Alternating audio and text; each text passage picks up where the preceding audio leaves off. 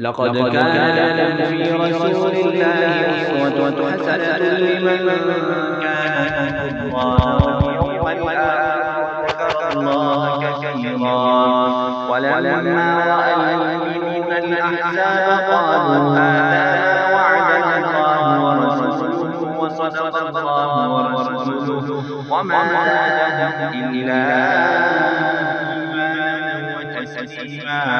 من المؤمنين رجال صدقوا ما عاهدوا الله عليه فمنهم من قضى نحبه ومنهم من ينتظر وما بدلوا تبديلا. ليجزي الله الصادقين بصدقهم ويعذب المنافقين إن شاء أو يتوب عليهم إن الله كان غفورا رحيما.